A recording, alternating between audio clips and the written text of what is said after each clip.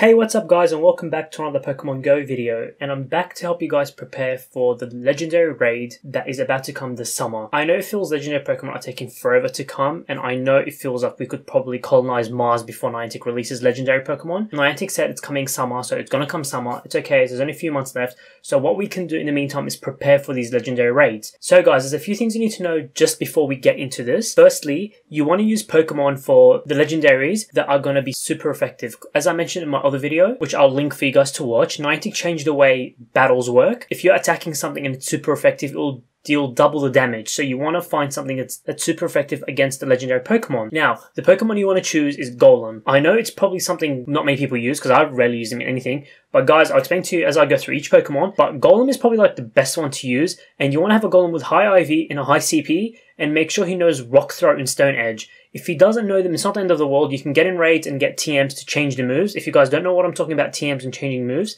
there's videos I'll link up you can watch in my channel that explain everything you need to know about TM and how to change moves. So the legendary Pokemon for Generation 1 are the 3 legendary birds, Articuno, Zapdos, and Moltres, and Mew and Mewtwo, of course. Mew is probably not going to be in raids. Alright, let's get started with my favorite of the 3 legendary birds, Articuno. So Articuno is ice and flying type Pokemon. So again, the best thing you want to use is a rock type, which will be double effective against Articuno because of the recent change Niantic made. So Golem will know Rock Throw and Stone Edge. Again, like I said before, that is probably the best moveset to use against it. Golem will definitely deal the most damage. However, there is one thing, he'll probably take some damage as well from ice type attacks. Another backup one for Articuno would definitely be Flareon. Fire Spin and Overheat are probably like the best moveset for it. Again, because it's fire, so it'll be super effective against it, and ice type attacks won't really matter because it's a fire type. So let's move on to next of my favorite, which is Moltres. And Moltres again, guys, fire and flying. So you want Golem again, Rock Throw, Stone Edge again. You're going to see that Golem's going to keep popping up for all the legendaries. And with this one, you also want a water type, and I would probably go with Vaporeon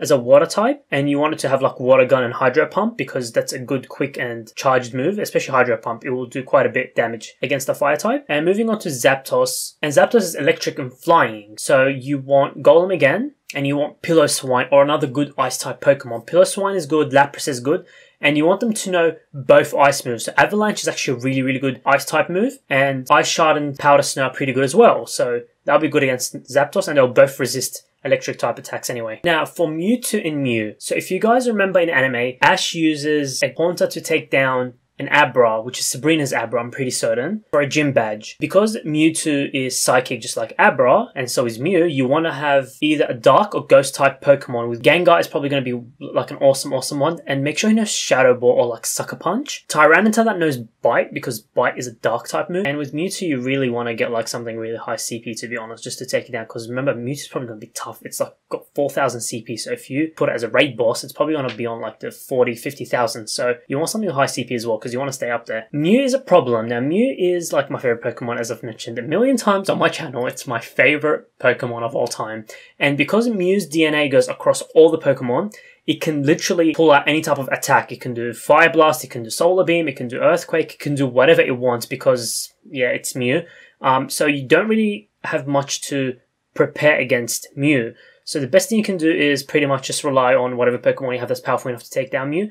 But again, I don't think Mew is going to be in a raid battle. I don't know how Mew will get released into the game, but we'll have to see. I highly doubt he'll be in raid battles. I generally don't think he's going to be a raid boss and you'll be taking down. I just genuinely doubt it. So that about wraps up this video. If you guys enjoyed this, make sure you smash that thumbs up button down below. If you guys want to see the same thing for Generation 2 legendaries, then definitely let me know and I'll make a video for it. And that's about it for this one. I'll see you guys in the next video.